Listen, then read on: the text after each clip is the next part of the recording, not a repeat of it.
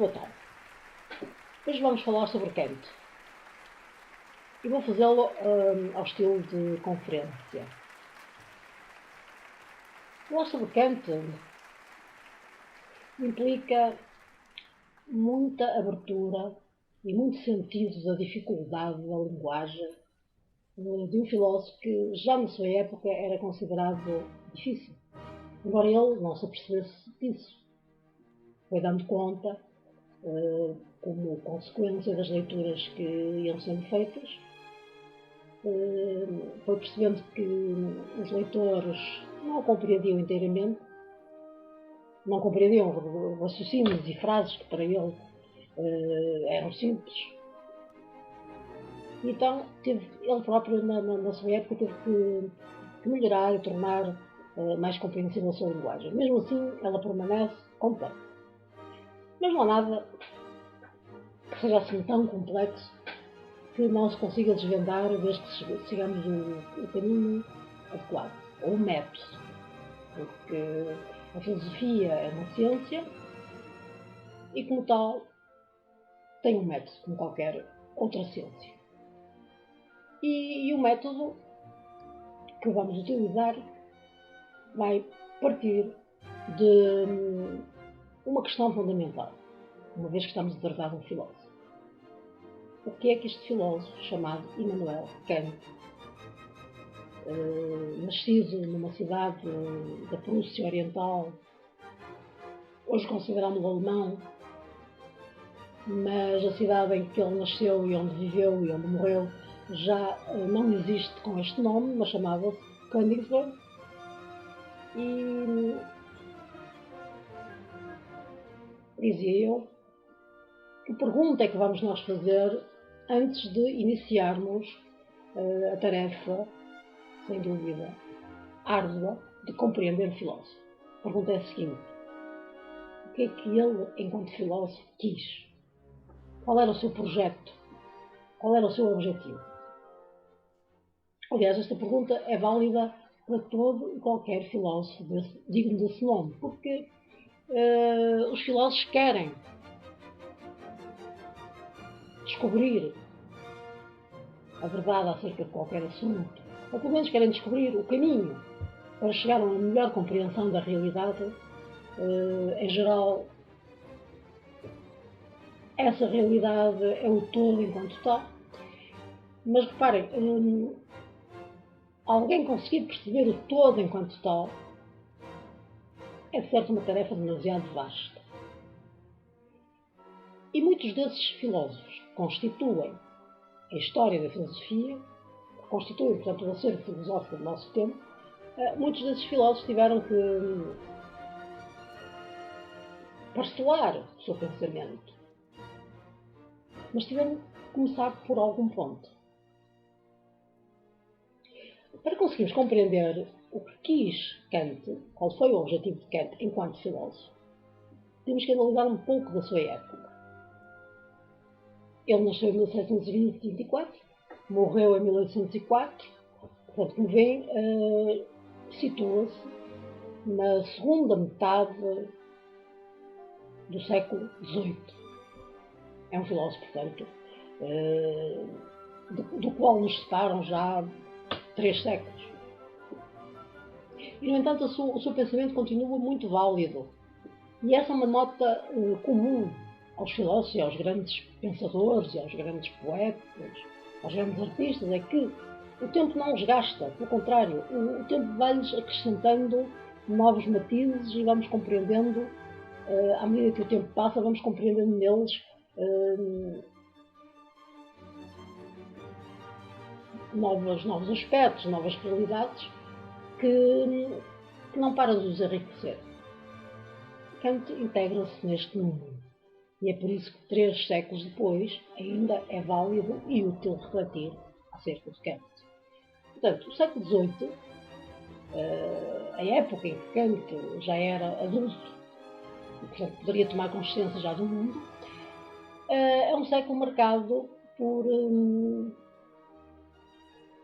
fenómeno cultural muito importante que influenciou fortemente Immanuel Kant, chamado Iluminismo. o Iluminismo, ou a época das luzes, ou Aufklärung, para utilizar a palavra alemã, pretende, através de cérebros e de pensamentos, de ideologias, de filósofos como Montesquieu, Voltaire, Rousseau, pretende então libertar o homem da sua minoridade intelectual.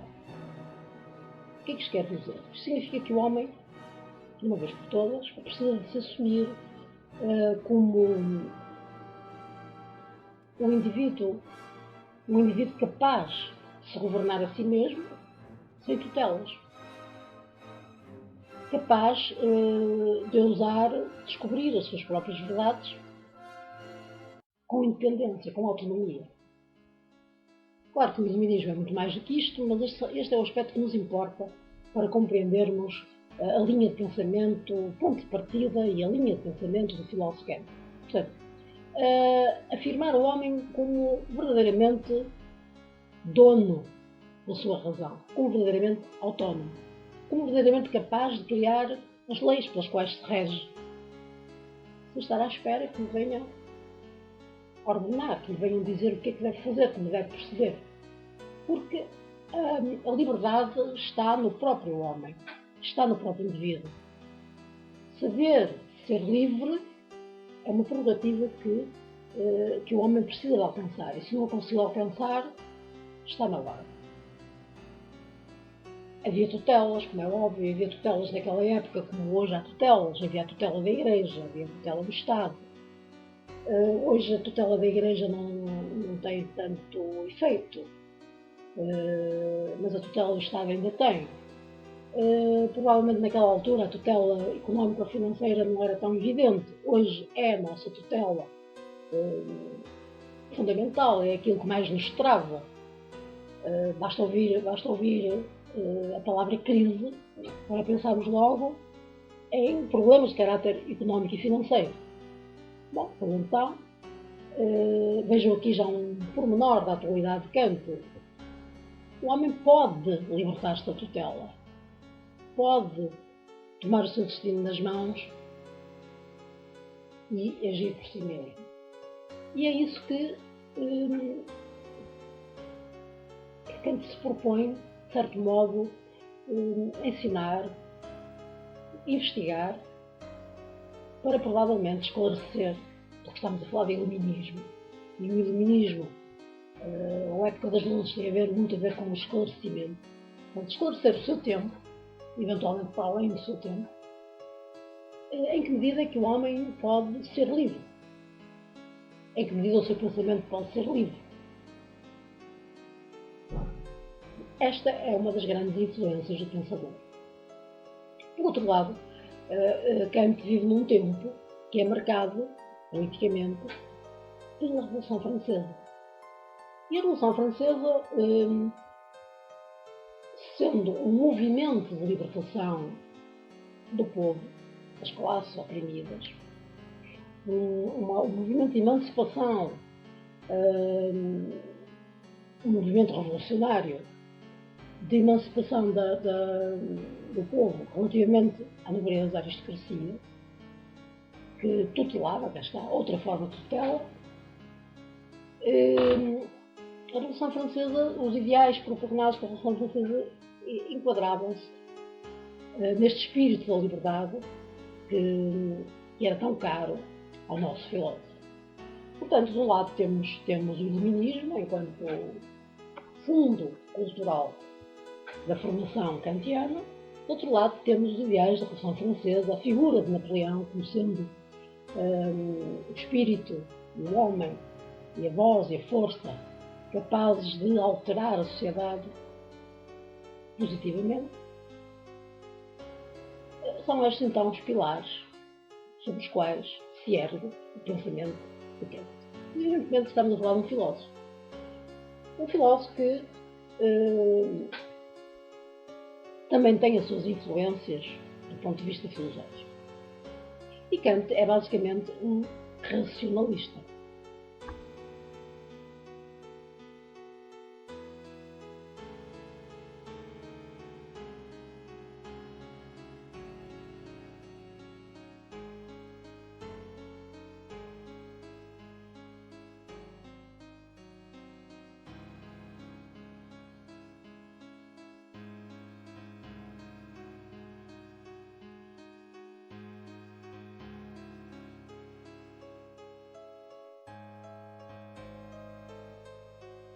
não aceita liminarmente nem o racionalismo, nem o empirismo.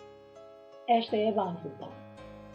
E Kant faz uma pergunta ao chegar a esta espécie de encruzilhada entre dois caminhos, não é? Entre dois caminhos opostos. Ele tem que encontrar uma saída. E a pergunta que ele faz, a primeira pergunta que ele faz é: o que posso saber? Portanto, é uma pergunta de caráter gnoseológico. E a gnoseologia é um capítulo da filosofia que analisa, que investiga o conhecimento. Para responder a esta questão, ele vai analisar as faculdades de conhecer do homem, vai estudá-las criteriosamente e vai escrever uma obra, que eu tenho aqui, intitulada Crítica da Razão Pura. Está aqui. E nesta obra, que é uma das obras fundamentais, não só do pensamento de Kant, mas também de toda a história da filosofia, ele vai investigar as capacidades cognoscitivas do homem, ou seja, o que é que o homem pode conhecer, e vai também, por outro lado, tentar perceber quais são os seus limites, onde é que se esgota a capacidade de conhecer do homem. E este é o primeiro passo, este é o primeiro nível para a compreensão do filósofo Kant, que posso conhecer. Em seguida iremos fazer uma abordagem básica desta problemática, porque não é isso que nos vai ocupar durante este ano, e depois passaremos à segunda questão que Kant formula para dar sequência ao seu pensamento filosófico. Mas isso vai ficar para uma outra oportunidade. Por hoje, termino. Boa tarde.